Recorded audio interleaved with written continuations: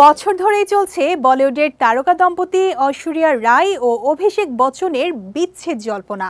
আলাদা থাকছেন এই তারকা দম্পতি, তবে প্যারিস ফ্যাশন উইকে গিয়ে এই জল্পনা উড়িয়ে দিলেন সাবেক বিশ্বসুন্দরী। সম্প্রতি একটি অ্যাওয়ার্ড অনুষ্ঠানে যোগ দিতে মেয়ে আরাধ্যাকে নিয়ে দুবাই গিয়েছিলেন ঐশ্বরিয়া। সেখানের ছবি ও ভিডিও সোশ্যাল মিডিয়ায় ছড়িয়ে পড়ে। নেটিজেনদের নজরে পড়ে অভিনেত্রীর হাতে তার বিয়ের আংটি নেই। তাতেই প্রশ্ন ওঠে, তাহলে কি অভিষেকের সঙ্গে বিচ্ছেদ? আর সেই কারণেই আংটি খুলে ফেলেছেন প্রাক্তন এই বিশ্বসুন্দরী।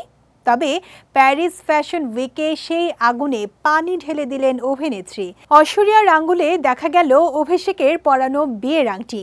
ভারতীয় সংবাদ মাধ্যমের এক প্রতিবেদনে বলা হয়েছে, প্যারিস ফ্যাশন উইকে সমস্ত জল্পনা কল্পনার জবাব ঐশ্বরিয়া আংটি হাতেই দিলেন। এবারের প্যারিস ফ্যাশন উইকের র্যাম্পে সাটিনের লাল গাউন পরেছেন বচ্চন পরিবারের বধূ। তার সঙ্গে ছিল বোল্ড রেড লিপস্টিক। বিশাল একটি ভেল ছিল ঐশ্বরিয়ার এই পোশাকে। গত এক বছর ধরে শোনা যাচ্ছে অভিষেক ঐশ্বরিয়া নাকি একসঙ্গে থাকছেন না। বিভিন্ন ইভেন্টে আলাদাই দেখা যাচ্ছে তাদের। বিচ্ছেদের খবর সামনে আনতে চাইছেন না মেয়ের কথা ভেবে। এমন সময় অভিনেত্রীর আঙুলে আংটি দেখে স্বস্তিতে এই জুটির ভক্তরা। 2007 সালে অভিষেক ও ঐশ্বরিয়ার বিয়ে হয়। বচ্চন পরিবারের পুত্রবধূ হন অভিনেত্রী।